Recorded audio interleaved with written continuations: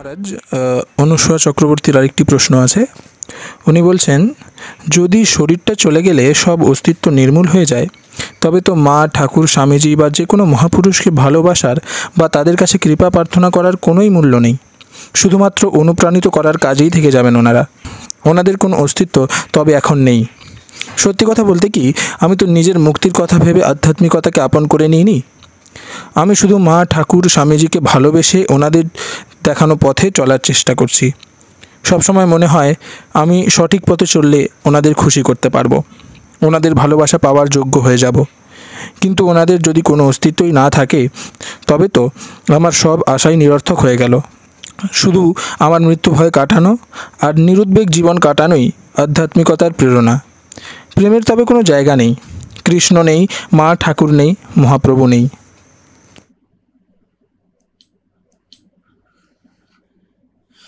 হিন্দিতে একটি কথা আছে, বড়ে লোগো কি বাত, ছোটে লোগো কি হাত। কথাটি সুন্দর, অনুপ্রাণিত করতে পারে আপনাকে যে তারা আছে, তারা শুনছে, তারা আমাদের প্রার্থনা শুনছে। কিন্তু দেখুন আমাদের বুদ্ধির লিমিটেশনস কি, আমরা কতখানি দেহাত্মবোধে পীড়িত। আমাদের এরকম কিছু চাই একটা, একে প্রেম বলে। হেতুনিষ্ঠার নিম্নতম কেন্দ্রে গিয়ে আমরা অহেতুক জীবনের কাহিনী গাইছি। এক্ষুনি বলা হচ্ছে একই কথা একই মুখে দুরকম, সঙ্গে সঙ্গে আমরা কতখানি অধ্যাত্ম ধর্ম বিষয়ে সম্পূর্ণ কনফিউজড থাকি। আমরা বলছি তাহলে তো প্রেমের কোনো অর্থ নেই, যেন প্রেম আমরা বুঝে গিয়েছি এবং প্রেমের নামে আমি একটি ভৌতিক কোনো কিছুকে খুঁজছি। হ্যাঁ, তার একটা ছবি আমি এমন বানিয়েছি, সেই জ্যোতির মতো আছে, সে ঠিক আমার মতো এভাবে এরম আওয়াজ হয় না, তাকে মারলে গায়ে লাগবে না, সিনেমাতে যেমন দেখায়। আমাদের সিনেমার আধ্যাত্মিকতা, আমাদের সিরিয়ালের ধর্ম, আমাদের টেলিফিল্মের জীবন আমরা নির্গুণ বুঝি না, নিরবয়ব বুঝি না। এটা সম্পূর্ণ আমাদের দোষ নয়। বুঝুন আমাদের কনফিগারেশন এমন। ভৌতিকভাবে কে কোন কালে দীর্ঘস্থায়ী হয়েছে, কিন্তু দেখুন আমাদের মনের টেন্ডেন্সি, আমরা চোখের সামনে দেখছি শরীর চলে যাচ্ছে, তবুও দেহাত্মবোধ আমাদের এত তীব্র। আমরা নিজেদের ক্ষেত্রেও এমন কাহিনী ফেলেছি যে দেখো আমি মরে যাওয়ার পরেও সুমন্তর গিলিগিলি করে ঘুরে ঘুরে চারদিকে বেড়াবো। আজকে তেঁতুল গাছের শাকচুন্নি হয়ে থাকবো, কালকে বেল গাছের ব্রহ্মদৈত্যী হয়ে থাকবো, তারপরে আমি কোনো একটা পিণ্ড গিলবো, তারপরে আমার গঙ্গায় কিছু জলে দেওয়া হবে আহুতি। আর যারা গঙ্গা দিতে পারলো না তারা তো ভূতই সারা জীবন থেকে যাবে। মরুভূমিতে যারা আছে তারা যদি মরে যায় তাদের তো ভূত হওয়া একদম বাঁধা ধরা, কারণ কোনো রকম জলই নেই সেখানে। যদি এরকম করে বালির দেশে, আরবিয়ান কান্ট্রিজে জন্ম হয়, আর যাদের এই শ্রাদ্ধ ক্রিয়াদি করা হয় না তারা তো অমুক্তই থাকে, তাদের তো মুক্তির কোনো প্রশ্নই নেই। এগুলি শুধুমাত্র মান্যতা, ধারণা, এবং এগুলি বিভেদ সৃষ্টি করেছে। দেখুন না, আমরা সূক্ষ্ম প্রেমের নামেও কোনো স্থূলের ছবি মাথায় রেখে দিয়েছি। যে কোনো ছবি স্থূল, সূক্ষ্ম শরীর বলে স্থূল শরীর বলা হয়। তো সূক্ষ্ম শরীর কি? স্থূলেরই সূক্ষ্ম অবস্থা, আমরা এটা বুঝি না। এই গ্লাসটা তৈরি হওয়ার আগে সূক্ষ্মভাবে কারোর মাথায় ছিল, ওই সূক্ষ্ম তাকেও স্থূলই বলা হবে। অহং জগতের উপর নির্ভর, জগৎ অহংয়ের উপর নির্ভর। তো যা কিছু ভৌতিক বেসিক 5 মেটেরিয়ালস, এবং 1000টা এখন মেটেরিয়ালস বেরিয়ে গিয়েছে। 2022-এ দাঁড়িয়ে থিসিস বলছে 118টারও বেশি এলিমেন্টস এই জগতে আছে। তো এই জাগতিক বিষয় আপনি যে ছবি কল্পনা করলেন, সেই ছবি কি করে অতি জাগতিক হবে, কি করে জগতের পারের হবে? সব ছবি, সব নামরূপ জাগতিক, এবং তারা আছেন বলে আমরা একটা ছবি বানাতে চাইছি, ব্যক্তির ছবি। কারণ আমরা নিজের ব্যক্তিত্বে ফেসে আমরা চাই যে আমরা টিকে থাকি, সেই জন্য আমরা এই ছবি বানাচ্ছি যে তারাও আমাদের মতো করেই যেন টিকে থাকতে পারে। কারণ আমরা প্রেম বুঝি না, আমরা শব্দ দিয়ে দিই আমরা ভালোবাসি। আমি তো কিছু চাই না, বাড়িতে মা বলছে আমি কিছু চাই না, তোর মঙ্গল চাই। কি করে মঙ্গল চাইবে? মঙ্গল কি তা জানো? প্রেম কি তা জানো যে তুমি তার মঙ্গল চাইবে? আমাদের অবস্থা সেরকমই। তাদেরকে মহাপুরুষ বলা হয়েছে, দুটি শব্দ, মহান এবং পুরুষ। পুরুষ এই দেহ, এই অহংকার আমাদের মধ্যে যে সূক্ষ্মভাবে অহংবৃত্তি বসে আছে, তাকে শাস্ত্র পুরুষ বলেছে। এই অহম যখন মহত্তাকে স্পর্শ করে, যখন দেহের নিম্নতার দিকে না যায়, তাকে মহাপুরুষ বলা হয়। এবং প্রত্যেকের মধ্যেই মহাপুরুষত্বের বীজ বসে আছে। আপনার নির্ণয়ের বিষয়, আপনার সিদ্ধান্তের বিষয় যে আপনি জীবন কিভাবে কাটাবেন। তাহলে মহাপুরুষকে, যে জীবনে মহৎকে, বিরাটকে ঢেলেছে, এই বিরাট শব্দটাই তো ক্ষুদ্র শব্দের সাথে রিলেটেড না? ক্ষুদ্র না থাকলে বিরাট নেই। তো যে ক্ষুদ্র হয়েও মহৎ হয়ে গিয়েছে, যে দেহ ধারণ করেও নিজের দৈহিক অস্তিত্বের ঊর্ধ্বে উঠেছে, তাকে মহাপুরুষ বলি। আমরা সেই জন্যই তো পুজো করি। তারপর রামশ্যাম যদুমধু যাকে তাকে পুজো করি না। এই রাস্তায় স্বপন কাকুকে পুজো করব, আমরা কি শব্দ দিচ্ছি তার জন্য? পুরুষ। প্রকৃতি কি? এই জগৎ, যা কিছু আমার জন্য। আর আমি কি? পুরুষ। এই আমির অবস্থা কি? এই আমি, এই পুরুষ প্রকৃতির সাথে লেগে থাকে, তার দিকে যাবার ন্যাচারাল টেন্ডেন্সি প্রত্যেকের। তাহলে মহত্তা কি? যখন সে অজ্ঞান থেকে জ্ঞানের দিকে যায়, অবিবেক থেকে বিবেকের দিকে যায়, ভোগের থেকে ত্যাগের দিকে যায়, বাসনার থেকে নির্বাসনার দিকে যায়, দ্বন্দ্বের থেকে দ্বন্দ্বাতীত ভূমিতে যায়, গুণের থেকে 3 গুণের অতীতে যায়, যারা এটি জীবনে ঢেলেছেন তাদেরকে আমরা মহাপুরুষ বলেছি। এই জন্য তো তাদেরকে আমরা শ্রদ্ধা করি, ভালোবাসি, পূজা করি। তাহলে আমরা পুরুষকে ধরেই পূজা করছি, আমি পুরুষের মহত্তাকে পূজা করছি। এবং এই মহত্তা কোনো ভৌতিক স্থূল গুণ নয়। মুক্তি ছাড়া আমরা কিছু চাইতেই পারি না। অদ্ভুত অদ্ভুত কথা, আমাদের এত শিশুসুলভ আন্ডারস্ট্যান্ডিং জীবনে হতে পারে। আমরা MBBS করেছি, PhD করেছি, LLB করেছি, হোয়াট এভার। সো এই জন্য ছোটবেলাতে আমি বসে দেখতাম আর ভাবতাম যে ওই যে উপরে প্লেন যাচ্ছে, ওর মধ্যে যে পাইলট বসে আছে, সে উঁচু থেকে উঁচু স্তরে থাকতে পারে, অনেক উপরে দিন রাত সে থাকতে পারে, সে অনেক লেখাপড়াও হয়তো করেছে, কিন্তু এই জগতের পারের কখনো কিছুকে স্পর্শ করতে পারেনি, কখনো হয়ে যেতে পারেনি। আমরা কোন মুহূর্ত আছে, কোন বিন্দু আছে যখন কেউ অমুক্ততাকে, মৃত্যুকে ভয় না পেয়ে বেঁচেছে? কোন মুহূর্ত আছে, কোন বিন্দু আছে যখন আমরা মুক্ত হতে চাইনি? এই মৃত্যু ভয় থেকে বাঁচা, হ্যান ত্যান, আমরা নিজেদের বিষয়ে বিশাল একটা ধারণা পোষণ করে রেখেছি। একটু সামনে বাঘ পড়ুক না, দেখি না মৃত্যু ভয় কেমন থাকে না। আমরা কাল্পনিক সাহিত্যিক জগতে বাঁচি। আমি তো মুক্তি চাইনি। মুক্তি চাওয়ার আপনার জন্ম হওয়া সাইমেন্টেনিয়াস ঘটে যাওয়া ঘটনা। ব্যক্তি জন্মেছে মানে তাকে মুক্তিকে ভালোবাসতে হবে। ব্যক্তির নামই মুক্ততার প্রতি প্রীতি। কি বলছেন আমি মুক্তির জন্য? আমরা মুক্তির একটা ছবি বানিয়ে রেখেছি মাথায়, হেন হেন হয়। এবং যদি জিজ্ঞেস করা হয় 90% ব্যক্তি কি বলো তো ভাই মুক্তি কাকে বলে, সে কিছু বলতেই পারবে না। আরে ভাই, মুক্তি শব্দ তো বন্ধনের উপরে দাঁড়িয়ে আছে। যেই মুহূর্তে জন্মেছি আমরা লিমিটেশনসের মধ্যে পড়ে গিয়ে কাঁদতে শুরু করেছি। এই তো মুক্তির প্রতি প্রেম। মুক্তির প্রতি প্রেম না থাকলে শিশু কাঁদতে অবধি না। ছোট বাচ্চাকে একটা টাওয়াল দিয়ে চারিদিকে বেঁধে স্টেপল করে দিন, সে যতক্ষণ ঘুমিয়ে আছে সে ততক্ষণ চুপ থাকবে। যেই মুহূর্তে ওই টাওয়ালটা তার শরীরে বন্ধন তৈরি করবে, দেখবেন সে কেমন ছটফট করে কাঁদতে শুরু করে দেবে। আর আমরা বলি মুক্তি চাই না। আমি কোনো অলৌকিক কি ভালোবাসা প্রেম? মুক্তি, প্রেম, আত্মা, এটা একই কথা। এই দুটো আলাদা কিছু নয়। যে নিজে মুক্ত নয় সে কখনো ভালোবাসতেই পারবে না। মহাপুরুষদের মধ্যে অহেতুক করুণা, প্রেম কেন দেখা যায়? কারণ তারা মুক্ত ছিলেন, মুক্তির পক্ষে সিদ্ধান্ত নিয়েছিলেন। এবং অন্য অর্থে বলতে পারেন, করুণা মানে কি, প্রেম মানে কি?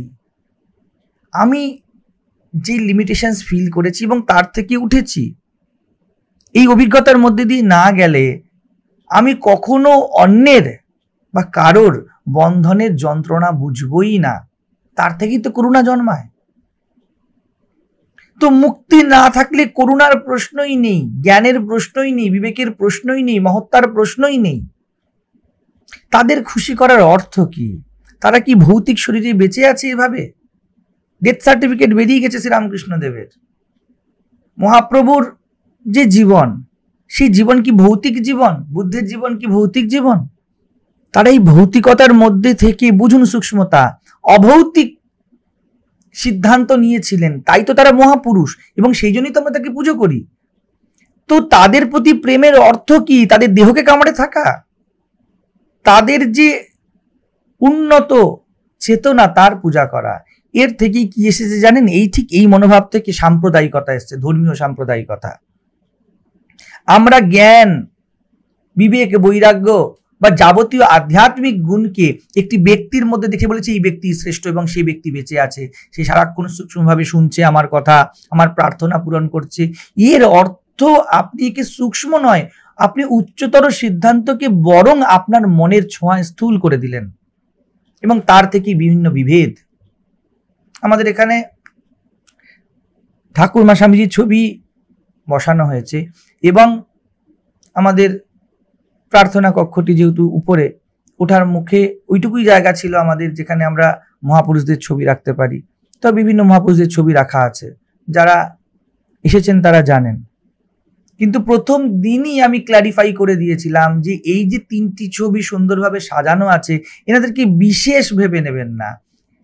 প্রত্যেকেই যাদের ছবি এখানে সিঁড়িতেও আছে, তারা সেই পরম সত্যকেই বিভিন্নভাবে স্পর্শ করেছে। তার মধ্যে শ্রীরামকৃষ্ণ, মা শারদা, বিবেকানন্দের সংস্পর্শে আমি এসেছি। তাদের মধ্যে দিয়ে যে সত্যের স্ফুরণ, যে জ্ঞানের স্ফুরণ, পূর্ণতার স্ফুরণ, সেই বিষয়ে পড়াশোনা করা হয়েছে, জানা হয়েছে, অনুপ্রাণিত হওয়া হয়েছে, সেই জন্যই ছবি রাখা আছে। কিন্তু আমি এই কথা কখনোও বলছি না যে কেউ শ্রেষ্ঠ কেউ নিচু, তখনই তো শ্রেষ্ঠতার বোধ এসে যায়। আমরা সূক্ষ্মের নামেও স্থূলকেই সূক্ষ্ম বানিয়ে দিয়েছি। অনুপ্রাণিত ছাড়া আর কি করবে মহাপুরুষরা? তারা যখন সশরীরে ছিল তখনও কি করে দিয়েছিল? আপনার ভৌতিক কোনো চাহিদা পূরণ করে দিয়েছিল? শ্রীরামকৃষ্ণ হৃদয়ের কোটি টাকা করে দিয়ে গিয়েছিল? তখনও তো তারা অনুপ্রাণিতই করেছে। বুদ্ধের যে শারীরিক অস্তিত্ব যখন ছিল, তিনি তো অনুপ্রেরণারই কেন্দ্র ছিলেন। তাকে দেখে তো জীবন গঠন হয়েছে। আজকে আমি এত পচর পচর করছি, আমি কি আপনার ঘরে গিয়ে আপনার খাওয়ার ব্যবস্থা করে দিচ্ছি? বিষয়টিই তো চেতনার। একটি চেতনার থেকে আরেকটি চেতনা অনুপ্রাণিত হওয়াই সর্বোচ্চ প্রেম তার প্রতি, উচ্চতার দিকে, পূর্ণত্বের দিকে যদি কেউ আপনাকে অনুপ্রাণিত করতে পারে, তাকে গুরু বলে দেওয়া হয়েছে। যে দিশা দেখিয়ে দেয়, সে সরাসরি আপনার সাথে ভৌতিকভাবে যায় না, কিন্তু সে যদি দিশা না দেখায়, আপনার কোনো অপশানই নেই কোনো প্রসিড করার, কোনো প্রসিডিংস সম্ভবই নয়, খেলা শুরুই হবে না। তারপর তো যেতে গিয়ে সুবিধা অসুবিধার প্রশ্ন। এইখান থেকেই বহু লোক আমাকে এসে প্রশ্ন করে, আপনি কি করছেন? বসে বসে শুধু জ্ঞান দিচ্ছেন, আর এখানে খাওয়া দাওয়ার ব্যবস্থা করছেন না, রাস্তায় বেরিয়ে গিয়ে কি সব ওয়ার্কিং ফিল্ডে কাজ করছেন না, লোকের সাথে দাঁড়িয়ে কাজ করছেন না। এটাই বুঝি, এই চলছে বর্তমানে রাজনীতির খেলাও তাই। নিচে নেমে কাজ করা মানে কি? ভৌতিক সুবিধা দিয়ে দেওয়া কোনোভাবে, সব স্তরে টাকা দিয়ে দাও, সাইকেল দিয়ে দাও, ফ্রিতে সবকিছু দিয়ে দাও। এগুলি কেন চলছে? কারণ আমরা ভৌতিক জীব, আমরা এগুলিকে খুব বেশি গুরুত্ব দিই। হতে পারে আমার শিক্ষা ব্যবস্থা বিধ্বংস হয়ে গিয়েছে, হতে পারে দেশের অর্থনীতি ভেঙে পড়ছে, হতে পারে মানবিক মূল্য শূন্যতায় গিয়ে ঠেকেছে, কিন্তু এর জন্য যদি কোনো চেষ্টা করা হয়, আপনারা সেই নেতাকে, সেই মন্ত্রীকে টিকতেই দেবেন না। এইবারে আপনার গাড়িতে চাল পৌঁছে দিয়েছে, ফ্রিতে রেশন দিয়ে দিয়েছে, বিভিন্ন লোনের ব্যবস্থা করে দেওয়া হয়েছে, সেখানে সুদের হার কমিয়ে দেওয়া হয়েছে, আপনি খুব খুশি। আমরা এদেরকেই তুলে তুলে প্রসিদ্ধি এবং পূজা করব এমন মানুষকে, কারণ আমরা দেহাভিমানী। আমরা মহাপুরুষদের সাথেও এটাই করেছি। আমরা তাদের অনুপ্রেরণা, তাদের চেতনার সৌন্দর্যের যে বার্তা, তা বুঝতে চেষ্টা করি না। তখন দেখা যায় কৃষ্ণ একে দেখা দিয়ে যাচ্ছে, কালী ওকে দেখা দিয়ে যাচ্ছে। কালীর খোলা কেশ জগৎ জুড়ে বন্ধনের প্রতীক।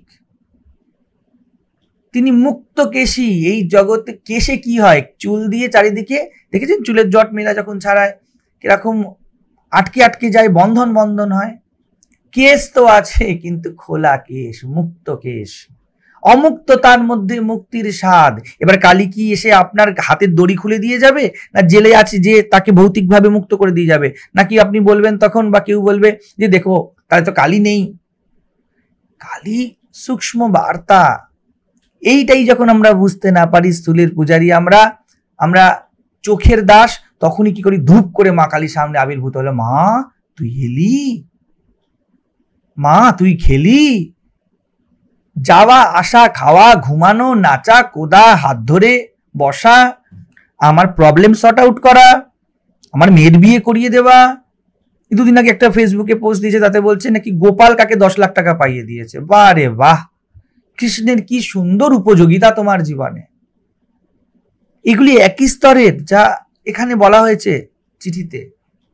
ধর্ম ছিল সব কিছুর থেকে, ভৌতিক অস্তিত্বের থেকে ঊর্ধ্বে ওঠার বিজ্ঞান, এবং সেই ধর্মকে, সেই অধ্যাত্মকে আমরা ভৌতিক স্তরেরই নিজেদের সুবিধা মতো জায়গাতে পুট করে দিয়েছি। এই জন্যই যেই ওষুধ মুক্তি দিত,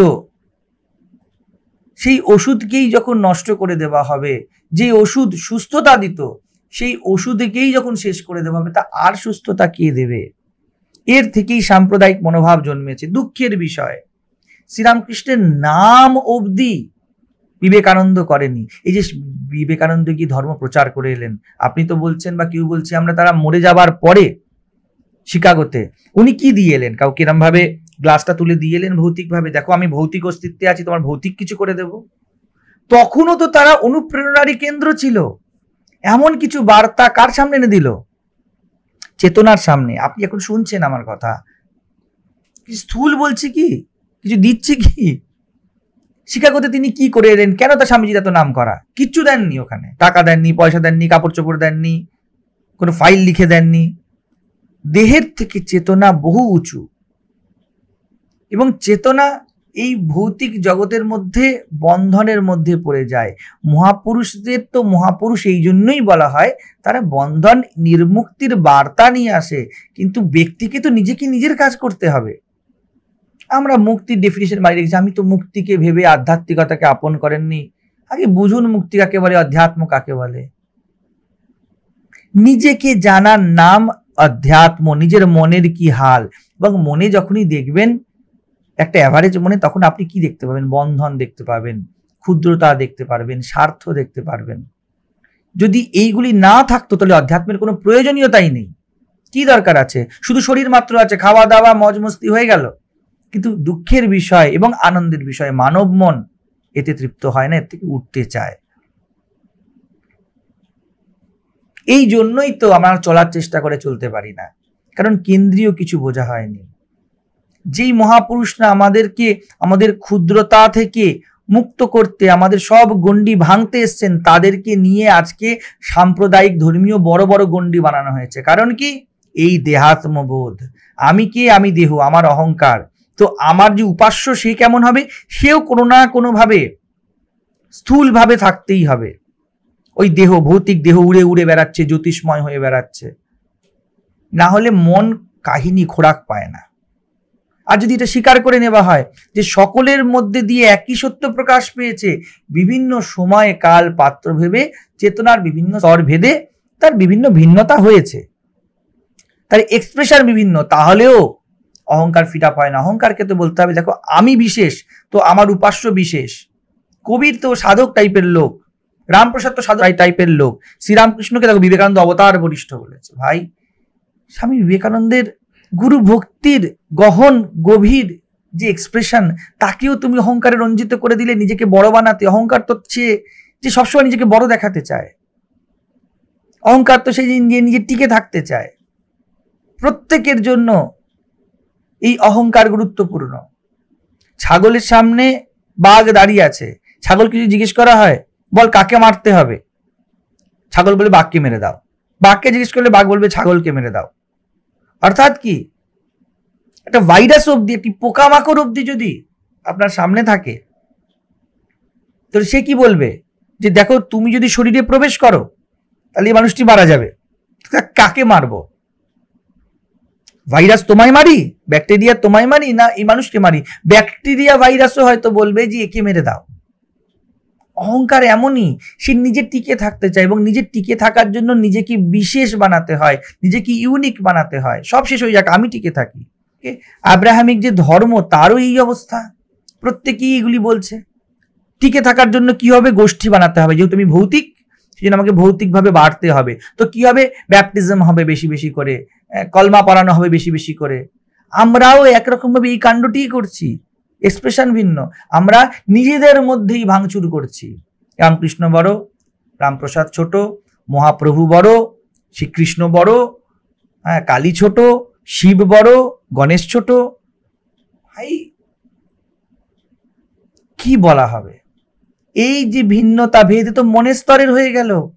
তোমাকে মনের বন্ধন থেকে উঠতেই একত্বের দিকে নিয়ে যেতেই তো অধ্যাত্ম। কিন্তু এই যে মানসিকতা, আমি বলছি না আপনি কনসিয়াসলি বিষয়গুলো বলছেন, জেনে বুঝে ভেদ করতে চাইছেন, আমরা নিজেদের মন বুঝতে পারছি না। মনকে বোঝাই অধ্যাত্ম। যখন কোনো ব্যক্তি মনের স্তরে দেহে সীমাবদ্ধ থাকতে চায় না, তখনই তাকে প্রেম বলে, যে না আমি এমন থাকতেই চাই না। আগে নিজের প্রতি ভালোবাসা আসে। সেই জন্য স্বামীজি এই স্তরে বলেছেন আত্মবিশ্বাস, নিজের প্রতি বিশ্বাস যে আমি উঠতে পারি, এটা না হলে প্রেম হয়ই না। আপনি কি করছেন দেখুন, আমরা কি করছি, বলছে দেখুন আমি এত বিরাট, আমি এত বড়, যে মুক্তি মুক্তি তোমার কাছে তুচ্ছ। আমি কোনো অতি জাগতিক প্রেমের ছলনায় রামকৃষ্ণ সারদা বিবেকানন্দকে কৃপা করেছে, তাদেরকে ভালোবেসেছি, আমি বড়। লোকে যায় কি জন্যে? মুক্তির জন্য। আর আমি গেছি কি জন্যে? তাদের ভালোবেসে। বুঝতে পারছেন অহংকারের খেলা? মুক্তির চাহিদা না থাকলে পরিষ্কার পরিষ্কার কথা, অধ্যাত্মের কোনো প্রয়োজনীয়তা নেই। না রামকৃষ্ণের প্রয়োজনীয়তা ছিল, না আপনার, না আমার, কারণ নেই। কিন্তু দুঃখের বিষয় আমাদের কনফিগারেশনই এমন, মুক্তি তো আমাদের চাইই চাই। আরে পেট খারাপ হলে তার থেকে মুক্তি পেতে ওষুধ খেতে হয়। ভৌতিক স্তরেও মুক্তি চাই। নখ বড় হয়ে গেলে অসুবিধা হয়, অসুবিধার থেকে মুক্তি চাই, কাটেন। স্নান না করলে শরীর অসুস্থ হয়ে যায়, তাই স্নান করেন, মুক্তি। মুক্তি ছাড়া কিছু চাই না, ভৌতিক কি অভৌতিক সব স্তরে। আর আমরা বলে দেবো যে আমরা মুক্তি চাই না, আমরা কি সব অতিজাগতিক প্রেম বলি? এই মুক্তিকেই তো, এই মুক্তির প্রতি তীব্র আকর্ষণ কিন্তু কৃষ্ণ বলা হয়েছে। কৃষ্ণ তো ওই জন্যই প্রেমময়। অপ্রেম কি তাহলে? নিজের উন্নতি সাধন না করা, নিজের শারীরিক প্রাকৃতিক বৃত্তির থেকে উপরে না ওঠার নামই অমুক্তি বা বন্ধন বা হীনতা, নীচতা। আমরা এইভাবে দেখি না, আমরা নৈতিক ধর্মের দিকে দেখি। নীতি কি বলছে? কোনো নীতি নেই। শ্রীকৃষ্ণের এটি সৌন্দর্য, তিনি মর্যাদায় থেকেও, মর্যাদাকে সীমায় থেকেও সীমাকে লঙ্ঘন করতে জানেন। কোনো নীতি নেই, মুক্তি একমাত্র নীতি। অর্জুন, যে যেই স্তরেই থাকো, দেখো মেজরিটির জন্য কি হিতকর তাই করতে হবে, আর তোমার ব্যক্তিগত কোনো হিত অহিতের প্রশ্নই নেই। ওনাদের অস্তিত্ব বলে কিছু হয় নাই, ওনারা করাই সাম্প্রদায়িক মনোভাব, ক্ষুদ্রতা। আমরা মহৎকেও ওনারা তেনারা করে দিচ্ছি, ওরা এরা করে দিচ্ছি। রাজনীতিতে বলে না এরা ওরা, আমরা এরকম ভাবি এরা ওরা করে দেব। মহাপুরুষকেও আমরা আমাদের থেকে আলাদা করে দিচ্ছি। তারা আমাদের থেকে পুরুষ হিসাবে তো আলাদা নয়, তাহলে তাদের মহত্বের পূজায় বলুন কার কোন মহত্বকে আপনি স্থূলভাবে ধরে রাখতে পারবেন, দেখতে পারবেন? যখনই আপনি বলবেন তিনি মৃত্যুর পরও উড়ে উড়ে বেঁচে আছেন, আমরা কি করতে চাইছি? আমরা একটা সেন্টার, কেন্দ্র, সেন্ট্রালাইজ হতে চাইছি। কিন্তু কি দেখতে হয়? করুণা সবার মধ্যে দিয়ে প্রকাশ পেয়েছে, প্রেম সবার মধ্যে দিয়ে প্রকাশ পেয়েছে, বিবেক, বৈরাগ্য, জ্ঞান, সত্য, দয়া, ক্ষমা, এই সব জিনিস সকলের মধ্যে দিয়ে, সব মহাপুরুষের মধ্যে দিয়ে প্রকাশ পেয়েছে, এবং তা ভৌতিক নয়। এবং সুন্দর বিষয় এটি, ভারতবর্ষ কখনোই বলেনি যে আমরা তেমন হতে পারবো না। সম্ভব আমি যুগে যুগে, যখনই যখনই তখনই তখনই কার জন্ম হবে? কোনো ব্যক্তির জন্ম হবে? আজ্ঞে নয়। এই উচ্চতম চেতনার বৃত্তির প্রকাশ আসবে। চেতনার কাম, ক্রোধ, লোভর যেমন পুনর্জন্ম হয়, তেমন চেতনারই এই যেমন বন্ধন দশা, ঠিক তেমন চেতনারই মুক্ততার অবস্থাও হয়। তাকে অবতার বলেছি, তাকে মহাপুরুষ বলেছি। তাই তো শ্রীকৃষ্ণ বললেন বারবার হয়। কিন্তু আমরা বললাম কি, দেখো আমি ব্যক্তি, শ্রীকৃষ্ণ ব্যক্তি। শ্রীকৃষ্ণ বারবার আসেন। শ্রীকৃষ্ণ নৈর্ব্যক্তিক সত্তা, সেই জন্যই তো তিনি পূজনীয়। ব্যক্তি হলে তো হাজারটা ব্যক্তি আছে পূজনীয় হবার, সবার মধ্যেই কিছু ভালো মন্দ আছে, সেরকম শ্রীকৃষ্ণের মধ্যেও আছে। তার মধ্যে প্রকৃতির উপরের নৈর্ব্যক্তিকতা আছে বলেই তো তিনি পূজনীয়, এবং তার বারবার জন্ম হয়। লোভের যেমন বারবার জন্ম হয়, ঠিক তেমনি যখন এই লোভের খেলায় জগৎ বারবার মাতে, তখন নির্লোভ তার অবতার হয়। স্বার্থ যখন চারিদিকে ছেয়ে যায়, তখন সন্তুলনের জন্য পরমার্থ কোনো চেতনার মধ্যে দিয়ে প্রকাশ পায়। এবং এটি কোনো ব্যক্তি নয় যে ওনারা থাকবেন, এর দুই সিদ্ধান্ত এটা আছেই আছে। অস্তিত্বের সিদ্ধান্ত, প্রকৃতি এবং প্রকৃতির উপরে আত্মা, দুই সিদ্ধান্ত। তো কৃষ্ণ নেই বা মা ঠাকুর নেই, মহাপ্রভু নেই, কে বলেছে? তারা সাধারণের থেকে অনেক অনেক বেশি পরিমাণের আছেন, কিন্তু আমরা তাদেরকে আমাদের অহংকারের ছোঁয়াতে আমাদের মতো বানাতে চাইছি। আমরা কি করছি? আমরা নিজেদের বাবা মা বানিয়ে ফেলেছি, ভাই বোন বানিয়ে ফেলেছি, এবং একটা সিদ্ধান্ত রটিয়ে দেওয়া হয়েছে যে দেখো এটা তোমার পরিবার। দেখুন আমরা কি করছি। তারা মহাপরিবারই, আমরা সম্প্রদায় বানিয়ে ছোট ক্ষুদ্র পরিবার বানাচ্ছি এবং সম্প্রদায়ের যে স্রষ্টা তাকে নিজের বাবা মা বানিয়ে ফেলছি। ঠিক আমরা যে ভৌতিক জীবন কাটাই, ঠিক সেই একই ভৌতিক জীবনের মতো তাদেরকেও একটা ছাপ দিয়ে দিচ্ছি। তিনি তোমার বাবা মা হতে আসেননি, তিনি তোমার জন্ম নিবারণ করতে এসেছেন, তোমাকে জন্ম মরণাতীত করতে এসেছেন। তিনি তোমার ভাই হতে আসেননি, তিনি প্রত্যেকের সাথে তোমার উৎসের কেন্দ্র দেখিয়ে দিতে এসেছেন। এর থেকে আমাদেরকে বাঁচতে হবে। এইগুলোই, এই বুদ্ধি সাম্প্রদায়িক ধর্মের এবং সব রকম বিভেদের কারণ। শুধু ধর্মের কথা কেন বলবো, সব রকম বিভেদের কারণ একটাই মাত্র, এই মনের বিশেষ করার বৃত্তি। নির্বিশেষতাই একমাত্র বিশেষ। যদি কাউকে বিশেষ বলতে হয় তাহলে তাদের মধ্যে এই যে নির্বিশেষ চেতনা আছে, যা প্রকৃতির ঊর্ধ্বে, তা মাত্র বিশেষ, এবং এই বিশেষত্বের বীজ প্রত্যেকের মধ্যে আছে, আমাদের মধ্যে আছে। কালকে আপনি মহাপুরুষ হতে পারেন, কোনো এর মধ্যে ভেদাভেদ নেই যে হতে পারবে না। ভারতীয় মনীষা কখনো এই কথা কখনো বলেনি যে একজনেরই হবে, এরপর ওরকম কেউ হতেই পারে না। এটি ভারতীয় দৃষ্টিকোণ নয়, ভারতীয় দর্শনের কেন্দ্র নয়। ভারতীয় দর্শন একটি সিদ্ধান্তকে সব জীবনের মধ্যে দিয়ে দেখে। একটি সিদ্ধান্ত প্রাকৃতিক, একটি সিদ্ধান্ত আত্মিক। যার মধ্যে দিয়ে তা বিকশিত হচ্ছে তাকে মহাপুরুষ বলেছে, অবতার বলেছে, সন্ত বলেছে, সাধু বলেছে। এই দুটোই ভেদ, আর কোনো ভেদ নেই। সেই জন্য আমরা যেন আদর্শকে নিচে না টেনে নামিয়ে নিয়ে আসি, আমরা যেন তাদেরকে নিয়ে ঘর না বেঁধে ফেলি। একটি সিদ্ধান্ত তো ভুল যে তারা অনেক উঁচুতে উঠতে পারে, তারা এমন উঁচুতে আছে যে তাকে ছুতেই পারলাম না, কৃষ্ণের মতো হবার চেষ্টাই করলাম না, এটা এক ভুল। আর দ্বিতীয় ভুল, তাকে নিজের মতো বানিয়ে ফেললাম। গীতার সৌন্দর্যই এখানে। অর্জুন কৃষ্ণকে নিজের মতো বানানোর চেষ্টা করেননি, জীবনের উচ্চতাকে ছোঁয়ার জন্য শরণাগত হয়েছে বৃহতের কাছে। ছিল তারা দুজন বন্ধু, সখা, কাঁধে হাত দিয়ে হয়তো কথা বলতো, কিন্তু গীতায় সেই অ্যাপ্রোচ দেখা যায় না। গীতায় শ্রীকৃষ্ণের আর অর্জুনের যে মিল, তা বড় সুন্দর মিল।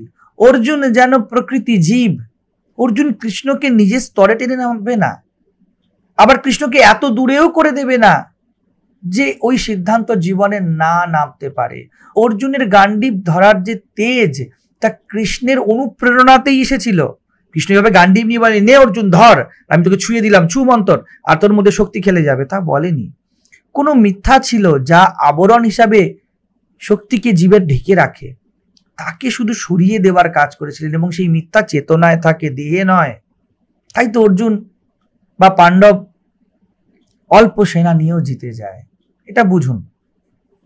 মন চায় সম্প্রদায় গঠন করতে, মন চায় দ্বন্দ্ব সৃষ্টি করতে, মন চায় কন্টিনিউ হয়ে যেতে, মন চায় নিজের ক্ষুদ্রতাকে ঢাকতে, দল বানাতে, এবং তার কেন্দ্রে এই বুদ্ধিগুলি বসে আছে, তাকে বলে দেহাত্মবোধ বা স্থূল বুদ্ধি। এর থেকে আমাদের ওঠার চেষ্টা করতে হবে। মহাপুরুষের মহত্তাকে ভালোবাসুন, এবং এটাও তার সাথে বলি, প্রত্যেকের মধ্যেই কিছু না কিছু খামতি আছে। দেহ হয়ে জন্মেছি আমরা, অপূর্ণতার জগতে জন্মেছি আমরা। মহাপুরুষে আজ্ঞে, অবতারে হ্যাঁ নিশ্চয়ই আছে, প্রত্যেকের মধ্যেই আছে। আমাদের প্রেম তাদের নৈর্ব্যক্তিক উচ্চতার জন্য হবে, জ্ঞানের জন্য হবে। আমরা যেন নিজেদের চক্করে তাদেরকে না ঢেলে ফেলি, আবার এমনও যেন না করি যে তিনি এত দূর, এত বিরাট যে তার কোনো প্রশ্নই নেই। সেই জন্য এই দুই ক্ষেত্রেই আমরা নিচের স্তরে ফেসে থাকবো। এটা যেন আমরা না করি, এর থেকে আমাদেরকে সাবধান হতে হবে। না হলে ধর্ম যা শোধন করত, তাও আমাদের জগতেরই একটা অংশ হয়ে থেকে যাবে। যা জগদাতীত, তাকেও আমরা এই জগতেরই বিষয় বানিয়ে ফেলেছি। এটি সনাতন ধর্ম বারবার ভুল করেছে। সে প্রতীককে, সে কাহিনীকে, সে আদর্শকে স্থূল রূপ দিয়েছে। এই স্থূলতার থেকে বাঁচাতে হবে, কারণ আপনি আমি স্থূলে খুশি নই, আমরা উঠতে চাই, আরো আরো আরো উঠতে চাই। চেতনার দাবি এই যে তা উঠবে। সেই জন্য অধ্যাত্ম সব সময় সূক্ষ্ম বিজ্ঞান, এর সূক্ষ্মতাকে ধরবার চেষ্টা করব। না হলে এমন কোনো সময় নেই যখন মানুষ এই মহাপুরুষদের জীবনের উচ্চতম সিদ্ধান্তগুলোকে ভ্রষ্ট না করে দিয়েছে। আমাদের দায়িত্ব, প্রত্যেকের দায়িত্ব ধর্মের উপর থেকে ধুলো সরানো। যেমন ঘরে মূর্তি থাকে, মূর্তির উপর থেকে আমরা ধুলো ঝাড়ি তো, ঠিক তেমনই সময়ের সাথে সাথে মহাপুরুষদের জীবনের যে সিদ্ধান্ত তার উপরে ধুলো পড়ে যায়। এই রকম ধুলো, আমাদের মনের ধুলো, তাকে ঝেড়ে ফেলতে হবে। এই ঝাড়পোছের কাজেরই নাম ধর্ম সংস্থাপন। বারবার ধর্মকে তার উপরের ময়লা থেকে বের করে নিয়ে আসতে হয়। ধর্ম তো সোনা, তার তো কোনো রকমের পরিবর্তন হবে না। আত্মা তো অপরিবর্তনীয়, কিন্তু তার উপরে আবরণ বারবার পরিবর্তন হতে থাকে, বারবার হতে থাকে। আপনি একটা বাড়িতে থাকেন এবং সেই বাড়ি থেকে চলে গেলে বারবার গাছপালা ঘাস করাতে থাকে এবং তাকে সরাতে হয়। আমাদেরই মনের এই ছোঁয়াতে বারবার যা সুন্দর, অতি গহনতম সৌন্দর্য অস্তিত্বের, তা মানবীয় রঙে ঢেলে বিকৃত হয়েছে। এবং এই জন্যই এই সিদ্ধান্ত আদর্শগুলো এত জানার পরও আমাদের কোনো কাজে লাগেনি। আমরা কোথাও গোড়া গলত করে ফেলছি। আমরা আমাদের এই ভৌতিক অস্তিত্বকে কামড়ে সেই আদর্শকে দেখবার চেষ্টা করছি। আমাদের অর্জুনের মতো হাত জোর করে আনবায়াসড ও ইনোসেন্ট হতে হবে, বলতে হবে কৃষ্ণ তুমি বলো, আমি বুঝতে পারছি না। কিন্তু সেটা আমাদের নেই। আমরা যা কথা এলো সেই প্রত্যেকটা শব্দকে আমাদের রঙে রাঙাই। যে জীবন এলো তাকে আমাদের মতো দৃষ্টিকোণ দিয়ে দেখি। এই আমির নামই বন্ধন এবং এই আমির থেকে মুক্তির জন্যই অধ্যাত্ম।